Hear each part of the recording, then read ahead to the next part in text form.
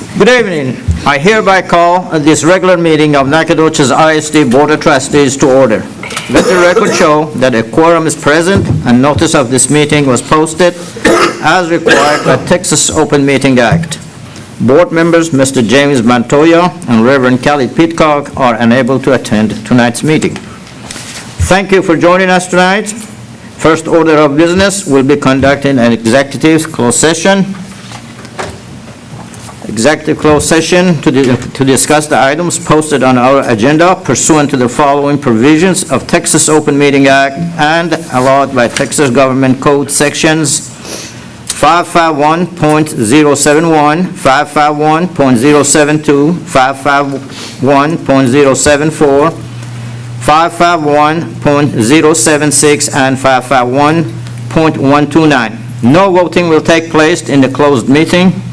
Any action the board wishes to take as a result of discussion in closed session will take place after the board reconvenes into open session. Time is 5:01.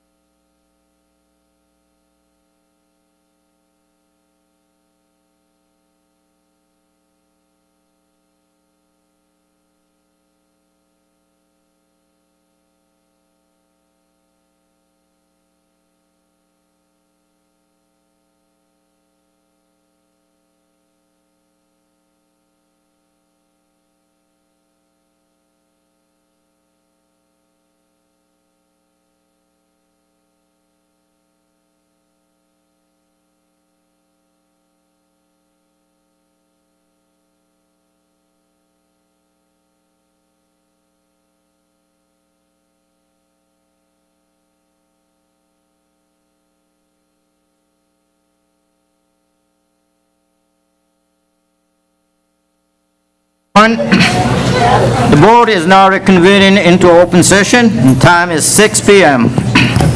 Please remember, the items do not have to be taken as it has been listed. Thank you for joining us tonight, and please turn your cell phone to the silent mode. At this time, I ask Reverend Irvin to lead us in invocation, please. Let us pray. Heavenly Father, we're so thankful for giving us this opportunity to share in the lives of these young people. We pray that in all we do this evening, we go forth to give you glory and to give you honor. In Christ's name we ask. Amen. Amen. Thank you, Reverend. Now, pledges to the flags. The principal of Fredonia Elementary Childhood Center, Mr. Charles Zamanek, will introduce the students who will lead us to the pledges to the flags. Well, good evening, President Nearmond, board members, and Superintendent Trujillo. It is my absolute pleasure to introduce to you a very small subsection of my family. If you're here from Fredonia, can you say hi to everybody? No, Lord, there they all are. So. We'll take it. You know, what you have today is our junior student council. It was a great idea by our counselor, Ms. Simpson, who I believe is somewhere near me because she's going to come up and introduce everyone. There she is.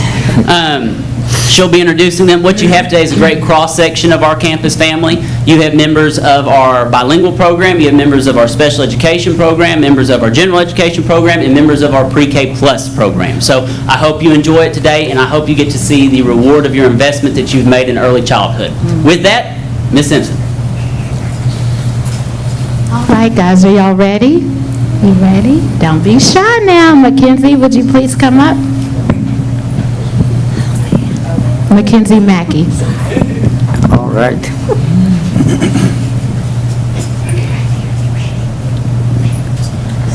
Good afternoon to all of the board members and everyone. My name is Mackenzie Mackey, Student Council Representative. Today we have a very special treat for you, the Fredonia Early Childhood Center, where Mr. Z is principal and Ms. Simpson is our counselor and student council sponsor. Have the honor of saying the United States and Texas pledges. Thank you for having us tonight. At this time, student council representatives, please stand.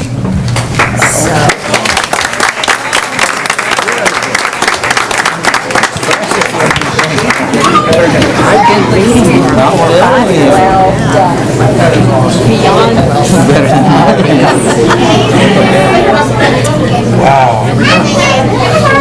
They look so good. Good job. Good job. That's Penny Monstrander. Oh, really? Yeah. Adelaide.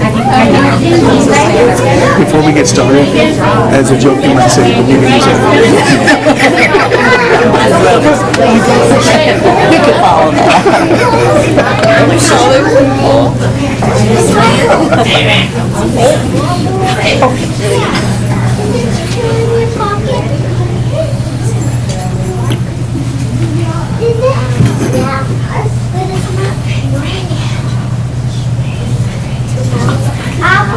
Allegiance to the flag of the United States of America and to the republic for which it stands, one nation, under God, indivisible, with liberty and justice for all.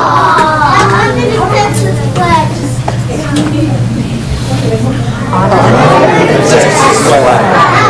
Allegiance to thee, Texas, one state, under God, one and indivisible. Stay, stay, stay.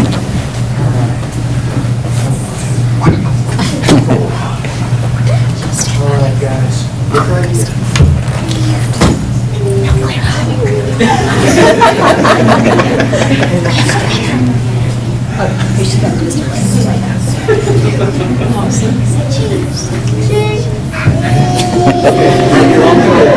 One, two, three.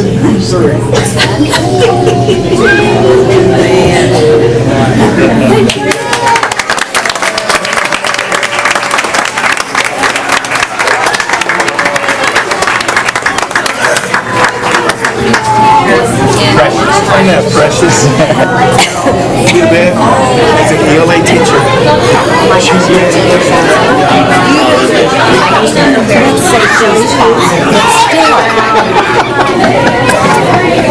Hey, Fredonia parents, we will meet outside for a group photo after you get your gift from Miss Simpson.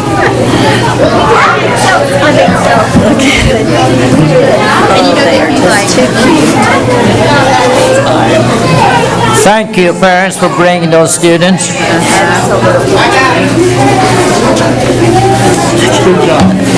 We can get those for you if you need it. It's okay. Yeah, Girl that came in here and read the thing. we can get them. When I was a year, little girl was awesome in her poetry. Great job, Monica. Well done. So wonderful.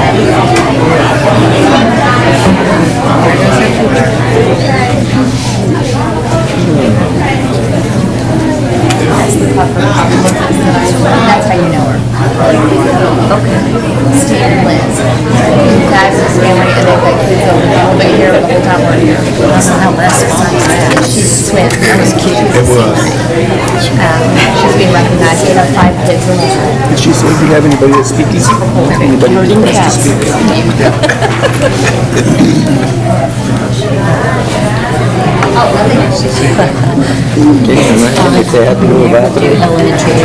Such patience, you know, all 3 hours just to write your name on the paper.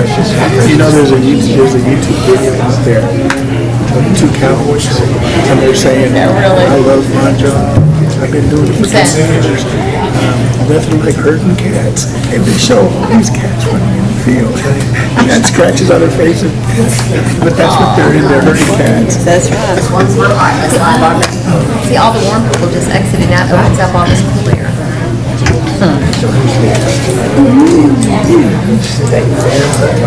That counts with my...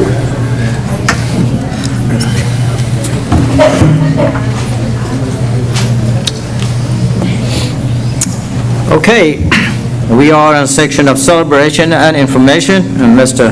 Linebarger, go ahead, and the floor is yours. Thank you, President Naramon, board members, Dr. Trujillo. Well, I mean, that right there was worth the price of admission tonight. We've got some student recognition going on, and I'm looking back here for Mr. Watts. Mr. Watts, you and your team can head on up this direction. I know, once again, it's that time of the year. It's time for the Math Counts team to be here from McMichael Middle School. They've been to the state competition again, and we've got a little presentation they're going to put together here that we're going to have to kind of go with the flow here. But you're going to see just how intense and fun this is. Fun, I mean, if you're a math person, which I clearly am not, and I was a liberal arts major and all, so. But I'm going to turn this over to Mr. Watts. He's going to get his team here ready to go, and I'm going to get a presentation up on the wall. Mr. Watts? Very good. Thank you, Les. My name's Andy Watts. I'm the sponsor and the coach of the McMichael Math Counts competition team.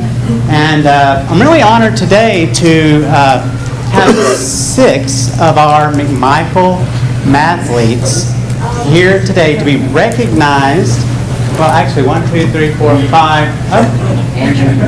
Oh, okay. Well, one of them is missing, but that's okay. That's okay. We got 5, which is great. But our journey began when we traveled to the University of Texas at Tyler to compete at our local chapter competition, and they did well, very well. First place team, and they got a first place individual. 8th grader Toby Baru. Toby, he stormed the competition, and it was a sight to behold. It was pretty good. First place, and they qualified to go to the state championship for Math Counts. Wow. And so this is the state qualifying team that traveled to Dallas this year. They normally have it in the Capitol in Austin. And I said, well, every year, you know, we seem to come together, and This is the 11th year in a row for our program to advance to the state tournament. It's my 11th year, with the program, and I've had students, that when they start out as 6th graders, they already are going to state. This year, though, we have 4 8th graders and 2 7th graders. We have 8th grader Ezra Gregory, Ezra. We have 8th grader Darko Pantiuk. We have Toby Baru. We have 8th grader Takvim Zamadar. And we have DeAndre Whitaker, 7th grader. And we have another 7th grader named Andrew Turner, who's not with us tonight. And I thought to myself, there's got to be something different I can say or do. After 10, 11 years, and I said, why not show the community what they can actually do? So I've chosen 5 math counts level questions that they're going to answer for you guys. They do not see the questions. The questions are completely, I was chosen random, and just to kind of give you guys a little treat on what they do. Les, do you have a clicker? Is it? Is this it here? Okay. So just press the next slide. Yes. All right, guys. Well, I came up with 5 questions, kind of a random variety of questions, just to show you what these guys can do. And let's see if we can get the answer to the questions. But I promise you that they have never seen these questions. Okay. Let's see what they can do. I'm pretty sure they might be able to answer some of these questions even before I finish reading it. Let's see if you can keep up with these little athletes, okay? All right, this is the 2024 competition countdown round, the school board edition. All right, I'm going to present a question. For example, there'll be a sample question. If the price of a stamp is 33 cents, what is the maximum number of stamps that can be purchased with $32? I'll present a sample question, and what is it? Yeah, well, it's the same sample question. Yeah, no, it's not 6. It's just a sample question for the community, and I'll reveal the answer, okay? So let's get on with the show real quick. It'll be very quick. All right. All right, our 2024 competition countdown round, school board edition. And the first question is, a cell phone plan costs $50 per calendar month. $6,000. That is correct.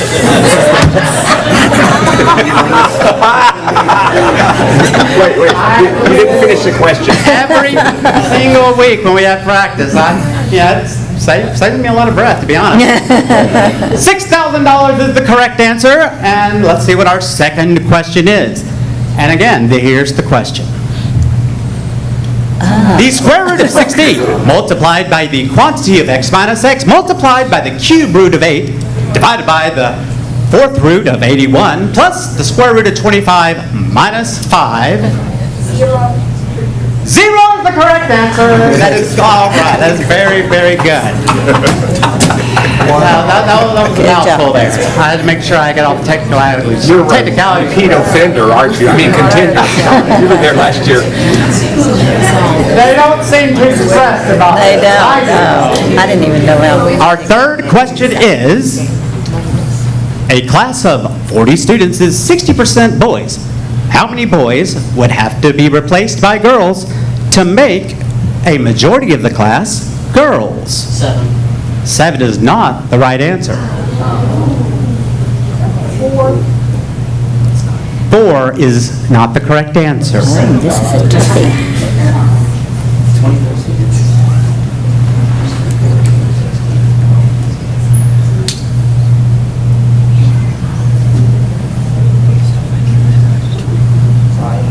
5 is the correct answer.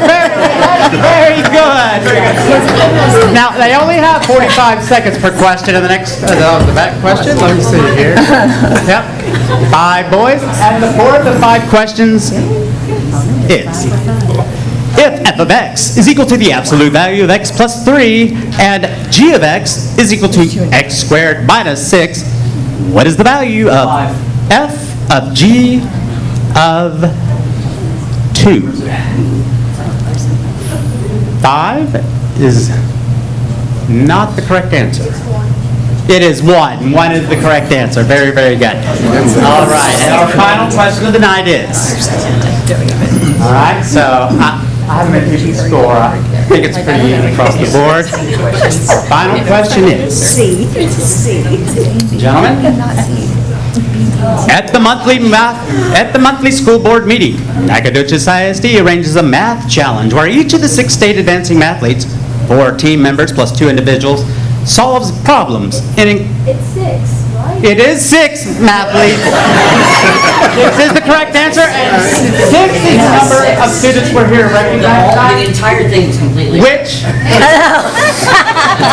represents completely irrelevant. the only, Oh, yeah, because Andrew's technically 5. well, it would have been 6, but they got the correct answer nonetheless. And 6 mathletes is what we took to the state competition.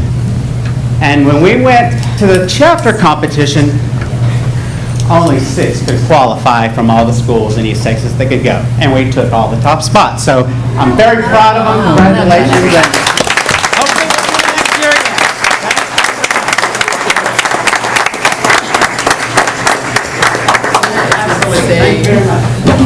All right. Hey, gentlemen, come back up here, please, so we can get a quick picture.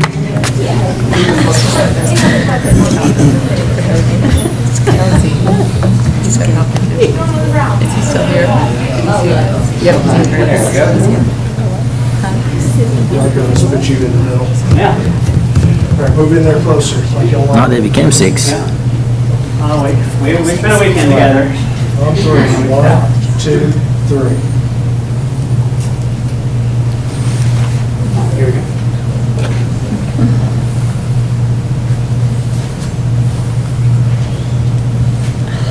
I couldn't be more proud. Thank you, everybody.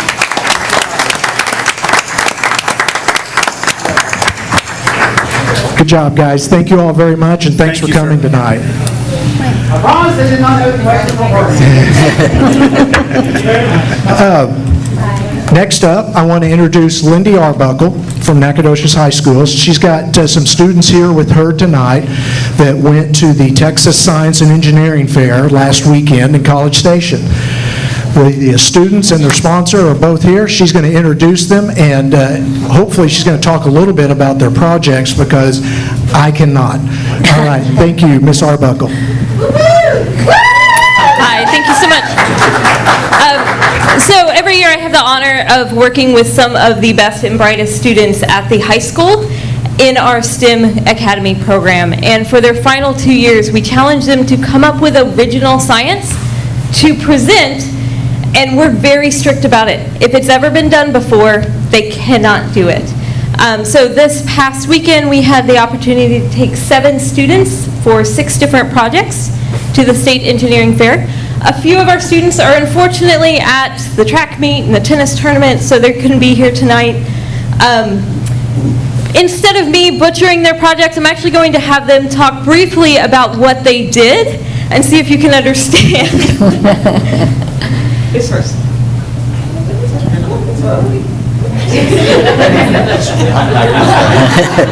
It's been delegated. Yes, I want you to turn Hello, my name is Rogelio Garcia, and my project was on necrobotic spiders. So what I did is I looked at the anatomy of spiders, and they use a pressure system. So I used air pressure to control the spiders post-mortem and test how much of their own body mass they can lift. So. How much of their own body mass can lift? Wow. Hi, my name is Selene Puffer. My project was on preventing chlorine staining on teeth. Basically what I did was I took 3 clusters of 4 pig laterals because I wasn't allowed to use humans' teeth, and I would put them into chlorinated water for 2 hours a day, and every day I would brush them with either fluoride-based toothpaste, charcoal-based toothpaste, or hydroxyapatite toothpaste, and then I would take the value of the teeth at the end of each week and I put them into a statistical analysis. That way I could prove what one had the most statistical difference in the best of ways. So I wanted to find out what one either stayed the same or they became whiter. So. And what was the result? Yeah, what was the answer? Sorry. Fluoride-based toothpaste actually does the best and whitens your teeth even more than when they started, but if you want to have the exact same, you can use hydroxyapatite toothpaste. because it stayed the exact same as a control with no statistical difference in means, so. And you do this while you're diving? Oh, well, I actually ended up finding out the results after my diving and water polo season was over, but I'm glad that I can share my findings with all my other swimmer friends. Hi, I'm Catherine Boyette. And I'm Sterling Smith. And our project was over the moon colonization of soil. And we tested this by having setups with moon soil simulant, and then we used dried crickets and earthworms, and we tested for 2 months to see if they could produce nutrients, phosphorus, potassium, and nitrogen back into the soil, because we all know the moon soil does not have any nutrients in the soil. So we were kind of trying to see if we could make an organic, lightweight source of nutrition back into the soil. And we thought it would be worms and crickets producing the most amount of nutrients in the soil, but it ended up just being crickets, so, yeah. Not the worms. That was it.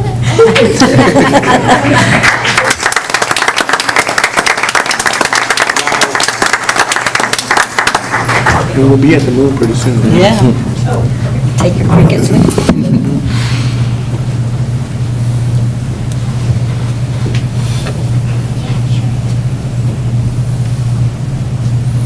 Where did he get one source? Where did he get one source? Pretty pricey. I see it. That's his daughter. I think y'all should all have a sign that says, "Curious Minds at Work." Thank you, Ms. Arbuckle. Thank you, students. We appreciate it.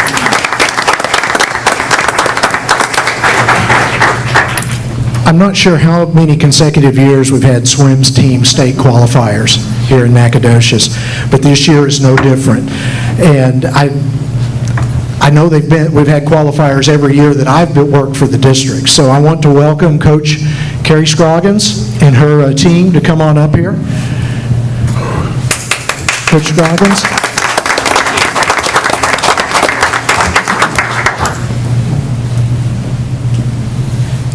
All right. Thank you for this opportunity to recognize these outstanding swimmers. I don't know where to go. It was a privilege to take this group to Austin this year.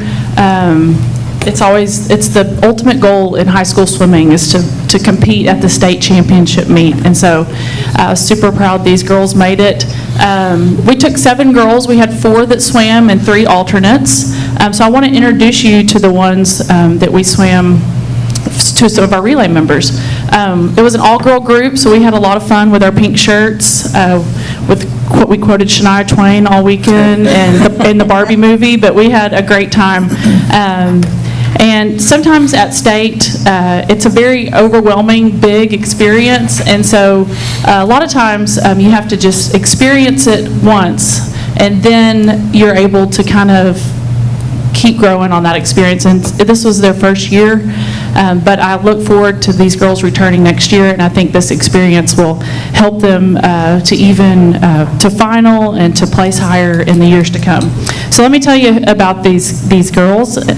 First of all, appreciate Coach Derek Thies. It's a team effort to get these kids where they are, and I appreciate his help. Livia Whitaker is our freshman. She's not here tonight. She's also a track runner, so she's just fast at everything she does. But she's the one that qualified in 2 individual events, the butterfly and the IM, and then also she was the butterfly leg of our medley relay. And she placed 21st in all 3 events.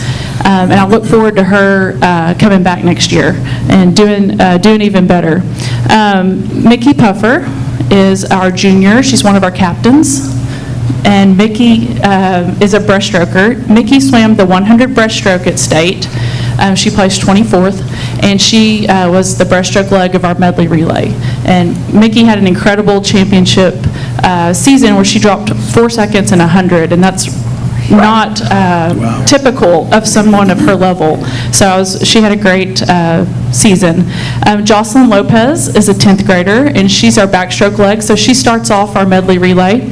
So she's the first swimmer in the water for our team each meet, and we couldn't ask for a better start. She's super strong. Her kicks are some of the best in East Texas, maybe all of Texas. So she gets us a great lead each time with the medley relay. Carly Scroggins is a senior, and she's my daughter, and she's a captain, and she was the anchor leg to our medley relay. She swam freestyle, and Carly's been a part of this relay for 4 years now, and so for her to get to end her season at state was just a perfect ending for her swim career. So proud of all these guys and girls and the rest of the team. We had a great year, and I look forward to bringing these girls along with others back next year. So thank you. How many years? 21, this is my 21st year. We've gone every year, and I believe there were some swimmers before me that also went. So I'm excited to keep the tradition alive. Charles was one of them.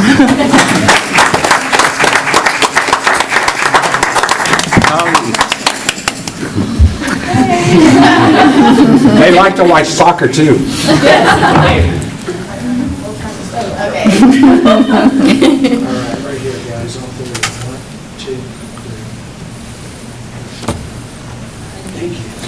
Coach, just real quick before you leave.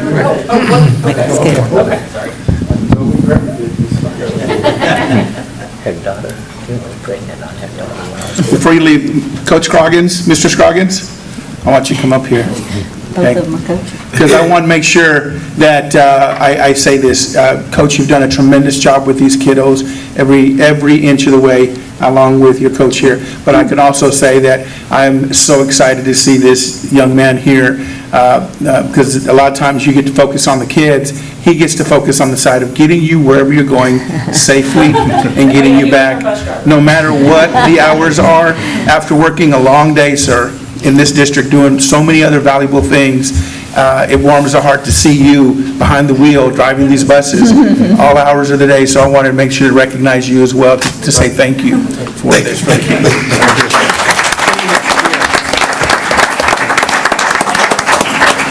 Thank you, Coach.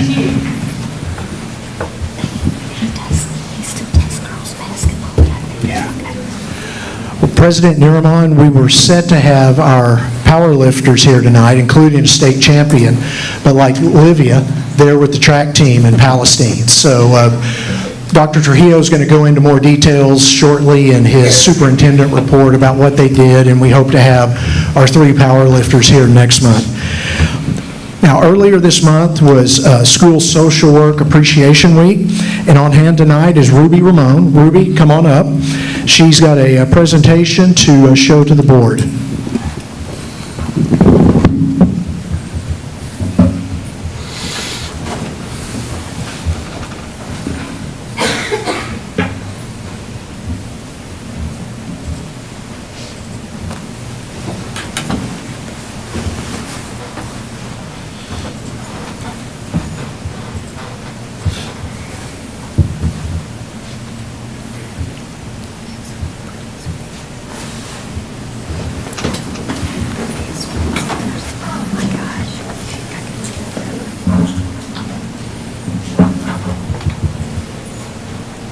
Good evening, Dr. Trujillo, President Irma, and board members. My name is Ruby Ramon, and I am honored to be the lead social worker at NISD. March is Social Work Month, and we are delighted to be here to give you a little overview of some of the things that we have done so far this year. That's our group up there. That's all of us up there. And most of us are here. A couple couldn't be here. But so social workers are uniquely qualified to address societal troubles, entering the profession to help others after years of education, training, supervision, and licensure. We work in various settings and are essential to help individuals, families, groups, communities, and organizations. There are over 142,288 school social workers currently employed in the United States. And that's just not an exact number, because some school districts hire social workers and call them other things like community liaison, parent liaison, and things like that. As school social workers, we assist with mental health concerns, positive behavioral support, academic and classroom support, consultation with teachers, parents, and administrators, meeting basic needs such as food, clothing, and shelter, and providing individual and group counseling.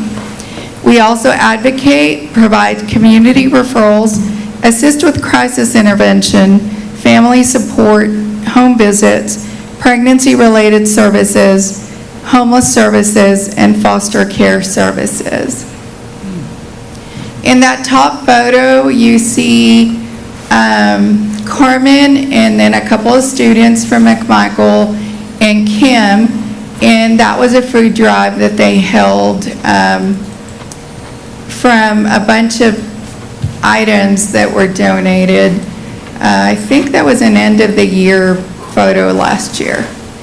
And then you've got Keisha, Ashley, Kim, and Alma at convocation ready to start this school year. This graph here shows two sets of data. It shows total referrals received in the yellow and individual support provided in the black. So this is for school years 21, 22, 23, and 24. As you can see, both our social work referrals and individual support provided have increased with the addition of 4 ESSER social workers. Originally, we had 5 positions added on by ESSER.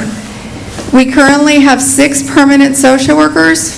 4 more were added with ESSER, as I said, and this has enabled us to have a social worker on each campus with 2 at McMichael and 2 at NHS. This here is what our data sheet summary page looks like. This one is district social work data, and it is as of the 4th grading period. So we have an overall one like that for the district, and then each of us has one for our campuses that is individualized to what we do each 6 weeks or grading period. You can see in the light blue table that we have received a total of 1,403 social services referrals thus far. Most of the referrals in that little pink box in the middle at the bottom come from staff, and then that's followed by parents, and then it's pretty evenly divided otherwise. We have served 99 students and families receiving homeless services, 13 students and families receiving foster care services, 267 students receiving special education services, and 180 students with high needs, which we identify as students who are needing more than 10 interventions. The greatest needs, if you can't really tell, but the long table, the light green top part says those are the referrals that not the referrals that we receive, but the needs that we have identified from the referrals that we receive.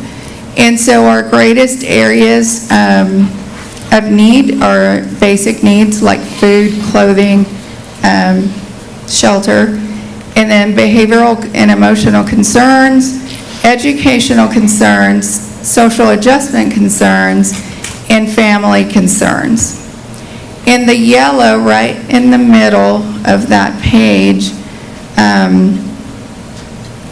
those are intervention types, so things that we do with students and families and staff and so on. And the most utilized interventions were individual support, meeting student needs, consultation, case management, and educational support. The only correction on that sheet is for the pink box at the bottom says we served 3 students at Fredonia this far. That is supposed to say 17. We had an error in that formula.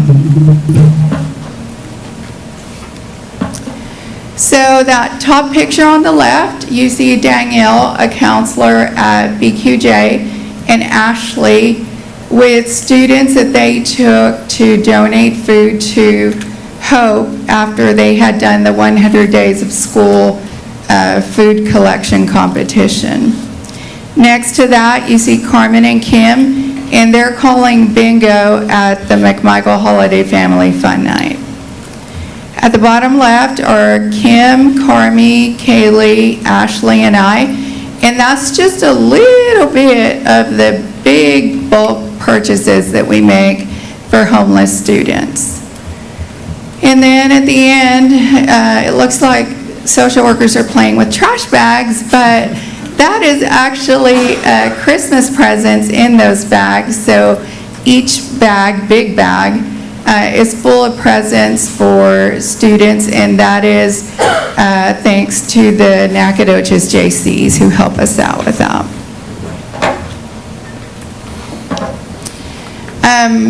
The first photo is a pamphlet that Tamisha handed out at the parent involvement bingo at TJR, and so she highlights the benefits of being involved as a parent and has a little presentation, and then they have a whole lot of fun. It's a holiday bingo, and it's packed and it's wonderful. In the middle, we have Mika, who is our social worker at MCAS, and with her principal receiving a gift for Social Work Week. And then there's Alma and I, after receiving a coat donation from a community member. First photo, I'm delivering Christmas presents to a homebound student. And in the middle, with all that fun stuff going on, is Keisha at Carpenter. And she was, they had a competition with homerooms, and whoever brought the most canned goods won a pizza party, and that's, was it one class or two that you selected? One? Yeah. So those are the kiddos getting pizza. And then there's Tamisha with a student who was one of 75 students that received coats and new shoes for Christmas. And those are the 75 students that received food with the backpack program. And that was First Baptist Church of Nacogdoches that made that donation. And I'd like to just take a moment to say that we are very pleased to be able to be here serving students and families and staff alike. And we just like to extend our appreciation for your forethought in hiring social workers to serve families and students and staff. Thank you. Thank you. I have a question. You mentioned that most needed is a food. What about, if you have to enlighten me on it, junior high above the high school, what's the most needed? Say, the junior high? Yes, junior high to high school. What kind of help they need most? It's usually basic needs, which is clothing, food, shelter. What else, guys? Hygiene items. We always need those, especially middle school and high school. From there, it would probably be the educational concerns, where we're helping, we're advocating for students' rights, and we are bringing in all the systems to support students. And you normally deal with them one-on-one? Usually, yes. Sometimes we have small groups. I know Mr. Montoya is very advocate for social workers. He's not here, but on his behalf, I thank you all very much, and on behalf of myself as well. Thank you. We appreciate that. Ruby, one of the things I want to make sure the board and the community know is it's kind of like a three-legged stool. You have the campus administration, you have the counseling system that we have, and you have the social worker. We're very fortunate in Nacogdoches that we've provided social workers at every campus. Those of us that have been in other districts know that that's not the case. Right. You rely heavy on the counseling side of it and also the administration. In a time period that we're dealing with so many different issues that we're not aware of. For instance, we do have kids that are in Nacogdoches that were in the Uvalde tragedy, and they've transferred their families, they're here, they were in those homes whenever that tragedy did occur. We also have other tragedies that these kids may be involved in wherever they're coming from across this great state of Texas and the country.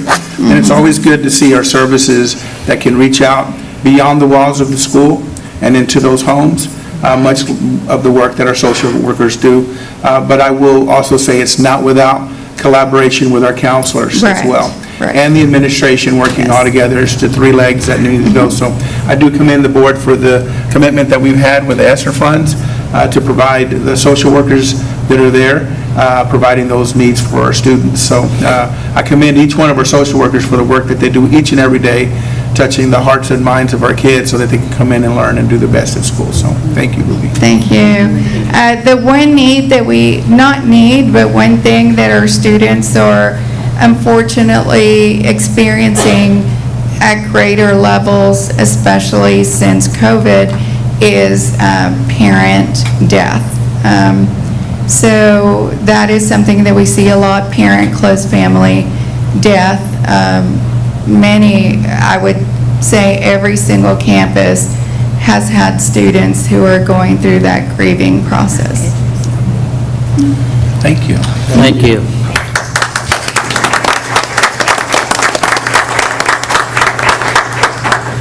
Okay. Now, at this time, we have superintendent's announcement. President Fashid and board, I'm going to ask the chief, is he around here somewhere, Chief Barton? Do I see him? He was. Chief, come on in here right quick.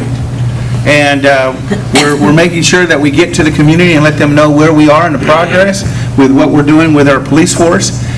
Chief, I'm going to give you the floor for just a second so you can touch base. I know you're onboarding a couple of great officers. I got to see them at the soccer game the other night with us, so.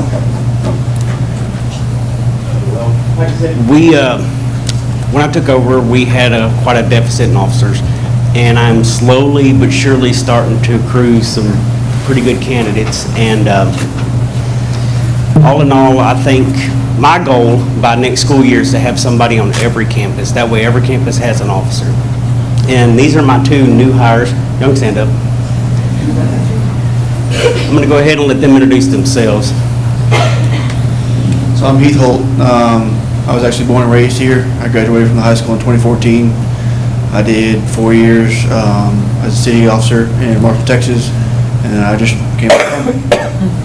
Welcome home. I'm Rebecca Ray. I live up kind of towards Marshall. I have a year with Marshall. I followed. So he recruited you? Pretty much. I guess Marshall's not happy with that. So. There's three of you came from Marshall, right? Yes, sir. Oh, gosh. Mr. Gregory is going to be very upset with me. Well, it's a very competitive market with law enforcement because it's a scarce job now. I mean, it's not really a scarce job, it's a high demand job, but nobody's really showing interest to be in law enforcement anymore, so it's hard. I've had to hit the ground running, so I'm working. Like I said, I appreciate the board having my back because they've supported me a lot, so here we are. Thank you, Chief, very much, and welcome to our officers to Nacogdoches High School. For those who are not familiar, it says House Bill 3 requires that armed policemen on each campus. So, absolutely, we are very fortunate to have that capability. Well, President Fashid and board also want to touch base on that we have heard some great presentations from students and organizations that are here, but it doesn't stop there, and I can keep talking about it, but I got a few that I want to highlight for our community and for the board. 3 NISD gifted and talented students have received scholarships from Region 7 Education Service Center to participate in summer camps. Khaleesi and Jackson Hollins both Students at Regay Elementary School will attend Roadrunner Camp at Angelina College this summer, and William Bodine will be a student at McMichael. He's a student at McMichael and received a scholarship to the engineering camp at Texas A&M University. That's some great news to share with regards to our students being able to participate with that. We also have, and you heard from this earlier, we have Nacogdoches High School Andrew Rogers lifted a total of 1,860 pounds on Saturday to win the state championship Saturday at the Texas High School Powerlifting Association meet in Abilene. If you have not seen this young man, he's a pretty intimidating when he's walking towards you. He's just that kind of hurt me just now. I shouldn't have done that. I'm joking. I didn't hurt myself with that. Rogers squatted 675 pounds. He lifted 550 pounds in the bench press, and he deadlifted 635 pounds to win the Division I championship over 39 other state qualifiers in the 275-pound weight. Joining Rogers at the boys' state championship meet was Amira Tatum. We talked about her briefly, who competed in the 242-pound division. A week earlier, Jamisha Skinner made an appearance to the girls' powerlifting state meet. So we've got some powerlifters at the high school to celebrate. Also, McMichael Middle School Choir. Long time coming. They've earned an all-ones earlier this month in concert portion of the UIL concert sight reading contest. This was the first time in 7 years that McMichael Choir participated in the contest. Congratulations to the choir program at McMichael and being able to see the amazing things. If you want to see more about McMichael and the other fine arts programs that are going on, well, you get to do that. Fine arts is an important part of the curriculum in NISD, and on Saturday, April 13th, the district will hold its Fine Arts Showcase from 10 a.m. to 2 p.m. at Nacogdoches High School Main Commons and Auditorium. The visual arts projects such as drawing, painting, sculpture, ceramics will be on display in the Commons area. In the auditorium, you'll be able to see performances from our elementary, our middle school, and our high school bands that will include dance, choir, and theater programs. It's going to be a great day to see all the wonderful fine arts programs as well as the students, teachers, and directors. So I'm looking forward to it, and I invite everyone to come out that day and enjoy our fine arts program. Also, Nacogdoches High School boys and girls soccer team, if you didn't go to the game this week, boy, you missed a good one. They qualified for the playoffs. The girls team, unfortunately, however, were eliminated Tuesday after a wonderful season, and the boys team is still alive after beating White House Tuesday night. The Dragons face McKinney North High School tomorrow at 1:30 at Rose Stadium in Tyler. So come join us with the Dragons to celebrate them. And I want to make sure we showcase Dr. Hill and her committee and the team. Remember, a few years ago, we decided to go after going after the teacher incentive allotment. Well, this afternoon, hot off the press, got a piece of documentation from TEA, and it says Texas Education Agency is pleased to inform NISD that the 2023-2024 teacher incentive allotment designation submitted based on the 22-23 teacher effectiveness data has been approved. So that's a big deal for those districts and ourselves for getting this. So congratulations goes to our team on meeting this crucial milestone as our district takes important steps to recognize, reward, and retain our most effective teachers.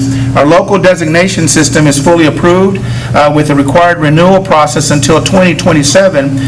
So as a district with full system approval, our district may now continue to recommend newer and higher designations by submitting data for the teachers that are eligible in teaching assignments in the fall of 2024. New and higher designations will be approved on an annual basis after reviewing the holistic system and the data validation results. I will tell you, this is a big deal because there's a lot of hoops.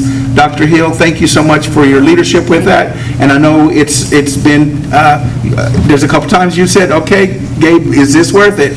And it is. And thank you for staying the course with your team. It's paid off. They actually shared some other commentaries and said that they had not seen a score this high. So it goes to the work of our folks to be very, very prudent with what they're providing. So with that, Coach Rashid, that's my report. Thank you.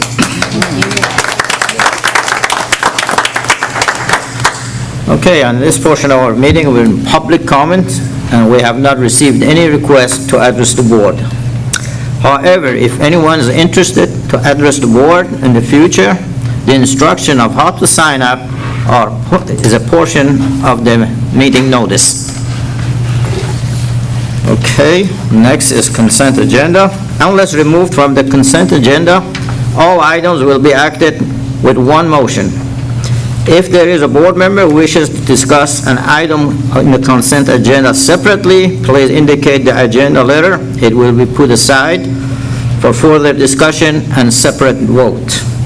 Board, any question? If not, I seek a motion to approve the consent agenda. I so move, Mr. President, that we would approve the consent. I'll second. Reverend Irvin made a motion, Ms. Apt, second. All in favor indicate by saying aye. Aye. All opposed, same sign. Motion moved. Okay. Tonight, we have one report, and that's Workforce Education Center. Dr. Trujillo? Yes, sir. We've got a wonderful presentation this afternoon, and I am going to keep to my word. I said I wasn't going to say much.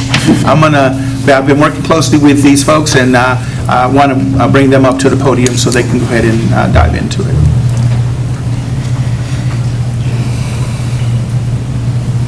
Board, Superintendent, audience, thank you for allowing us a few minutes to talk to you about what we've been working on. We've known for years that workforce training has been necessary in our community. We worked to accomplish that and struggled a good bit to get that done. So as we got a new chair of NEDCO, Scott Boyer, one of his charges was to get that rolling. So he's appointed a committee, and I'm the chair of the Workforce Committee. And so we began meeting in December.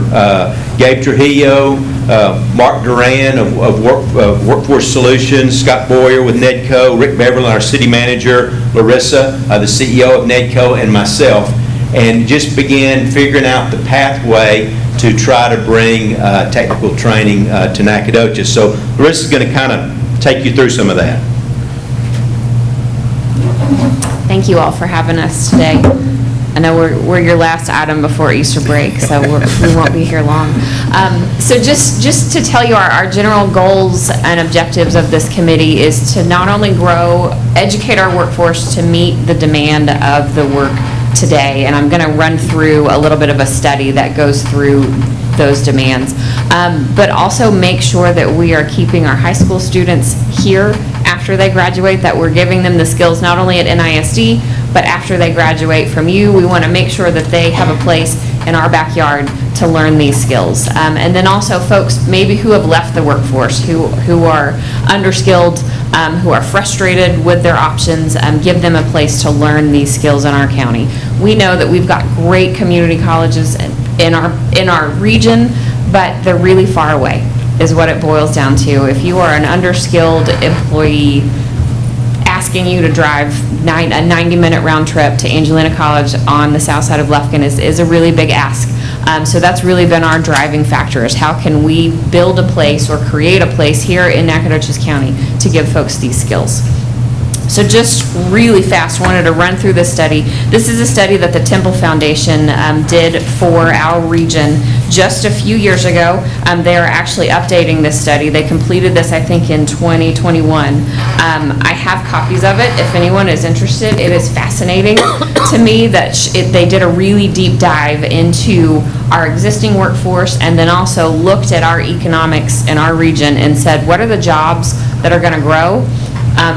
What are the wages of those jobs? What are the skill needs of those jobs? And so just this chart right here shows you what they anticipate the projection on the right-hand side there. It's barely shaded, that shows the growth in jobs. And you can see that very top line that is a very straight line is the high-skilled jobs. So they're telling us that high-skilled jobs are going to grow at a faster rate than the other jobs in our area.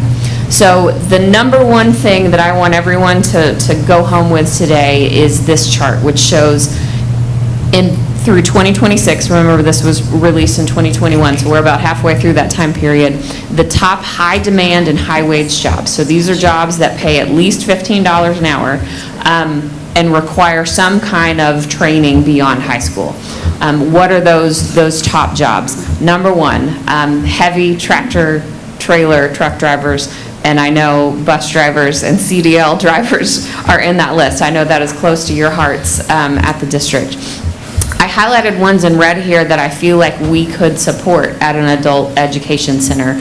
Obviously, things like nursing and bookkeepers, we're not going to be doing at a technical training center, but maintenance and repair workers, logging equipment operators, first-line supervisors of production and operating workers, all of those folks can be trained here in Nacogdoches County and are not receiving that training today in Nacogdoches County beyond high school. Middle wage jobs, again, the CDL drivers, depends on which CDL job they take. It could be a high wage or a medium wage. Construction laborers, general maintenance workers, and then, of course, the logging operators. A little bit of a different take, high demand middle skill. So again, the number one thing at the top of our list, this looks very similar to our last list. So you're kind of sensing a theme here. We're kind of building what we feel like our community needs to train in our backyard. So Jimmy said that we have a committee set at NEDCO, and just running through what we've done so far since December. We identified our needs and have always maintained a conversation with all of our employers, and just the results of this study absolutely reflect what our local employers are telling us.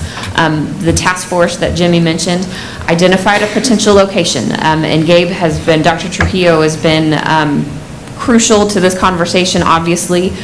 When we first started the conversation, we needed a building, and those of us that, I'm looking at you, Ms. Apt, that have been through this for a long time know that the building has been the big thorn in the issue. We on the committee feel like the building we are in right now, the E.J. Campbell building, is ideal for this. It's an ideal location. It was built as a school. The location being close to our industrial area, so that the workers are just right down the street from where they would want to be. It's in the middle of town. Like I said, it was built as a school. It would be very easy to turn this building back into a school of a kind. And also, I think this is super important, just the legacy of Mr. Campbell. I think returning this to an educational use that would support the community in that way to allow folks to better their lives, I think would pay a nice homage to Mr. Campbell and his legacy. We have met with educational partners because obviously Mr. Mize and myself are not going to be teaching these students at this building. So we so far have met with Lamar Institute of Technology, Lamar State College, Texas State Technical College, and Angelina College. So next, we are going to continue to meet with the ISDs. I believe Mr. Enos was here. There you are. We met with him last week. We are going to continue to meet with the rest of the ISDs in the county. We feel like we are going to be efficient and meet our goals only if we can service both the high school students and adults, and so we want to make sure that we set up the program in a way that other high schools in the area, this is not just an NISD facility, this is a countywide facility, and so we are scheduled to meet with the other superintendents next week to determine their interests and make sure that they all understand how the program would work, and go from there. We need to create a 501c3. Our idea just our general idea is that this 501c3 would help us fundraise, because obviously, while it's fairly easy to return this building to an educational use, there is a dollar amount associated with that. And so we're fundraising for that. Also, initially, we believe that the 501c3 would lease the facility from NISD and then possibly do a sublease to one of our educational partners. Maintaining, operating, enrolling students, that's always been the issue that we're trying to solve. And so we feel like with a pass-through lease like this, we would have a way to both fund the maintenance of the building and then have a great educational partner on board to do the rest of the educational pieces that are so important. So our next steps are to issue an RFQ for educational services. So we've met with all of those educational providers, those community colleges and state colleges. We're essentially going to create an RFQ that says, here's what we want in Nacogdoches County. What can you do? Some of them have said in their conversations that they would be more involved in the daily operations of the building, some of them less so. And so the committee, along with the school board, of course, would determine what exactly we want out of that educational partner.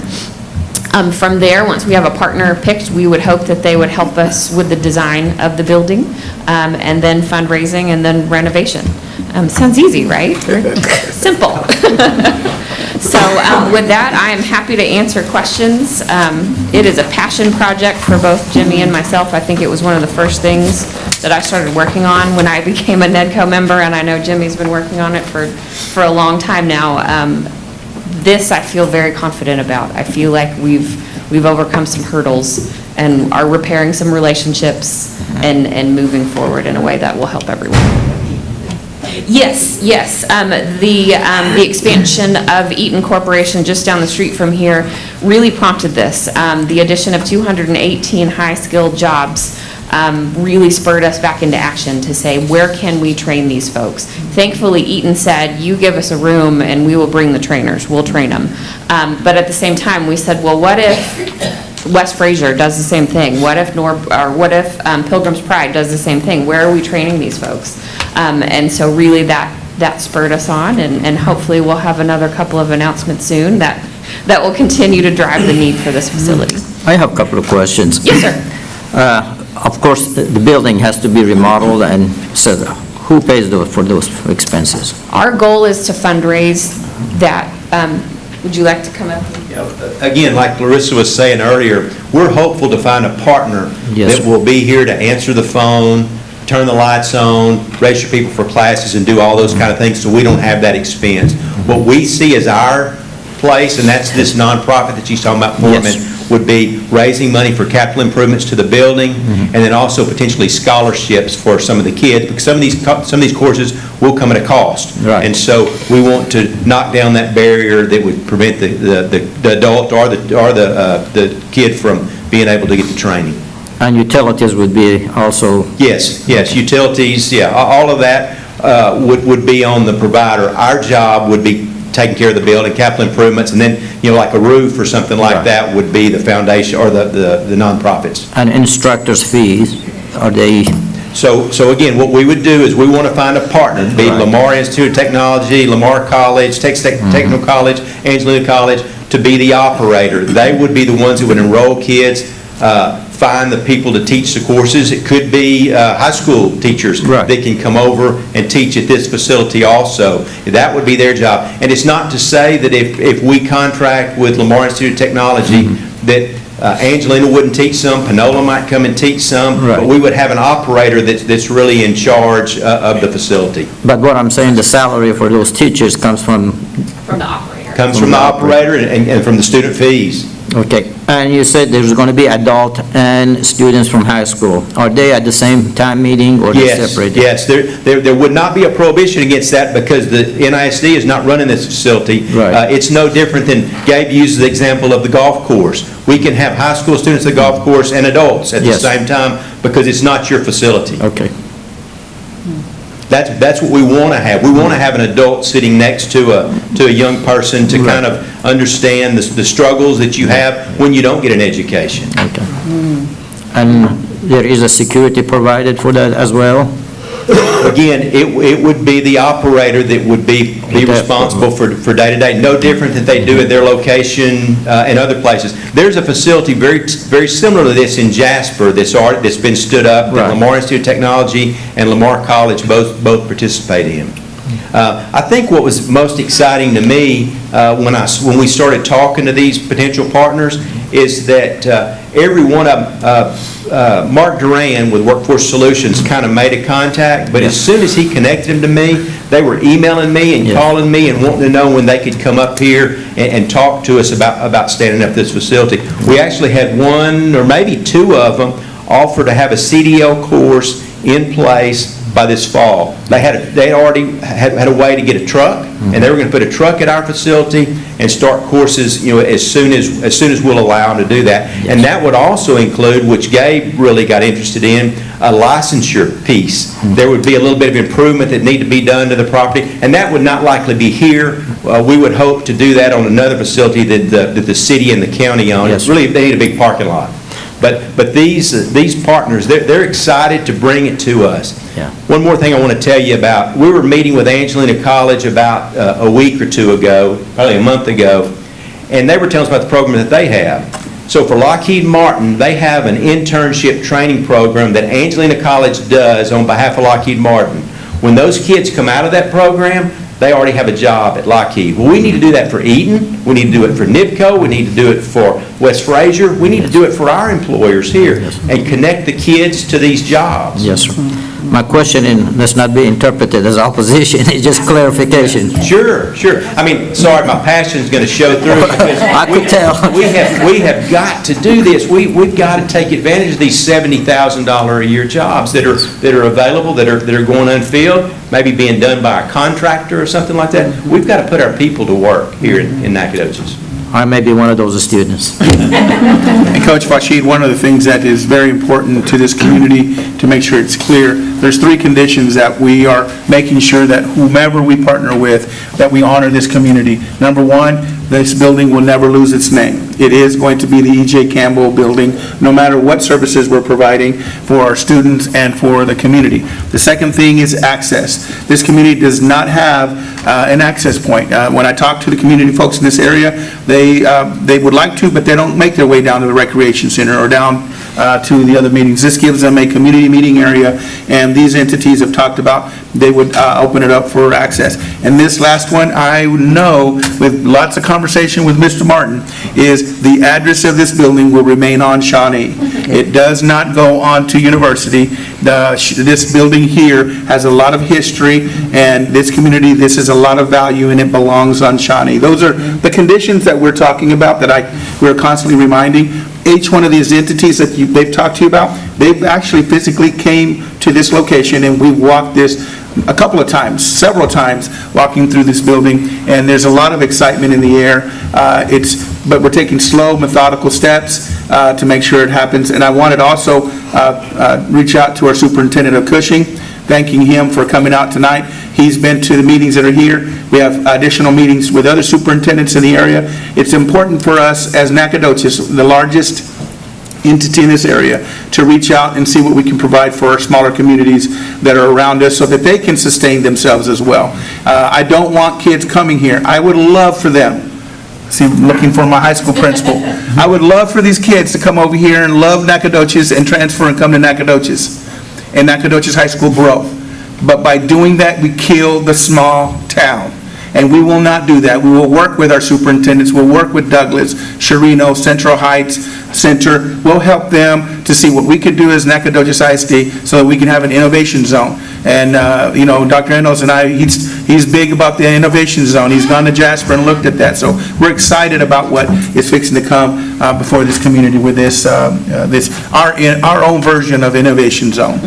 But you are crucial to our program. It's like that stool that Gabe was talking about a few minutes ago. We've got to have a facility, and we think this would be a great one. We've got to have a partner, someone that can turn the lights on and run the program, and then we've got to be able to have funding, which will be our responsibility to come up with for the capital improvements and again, possibly for scholarships.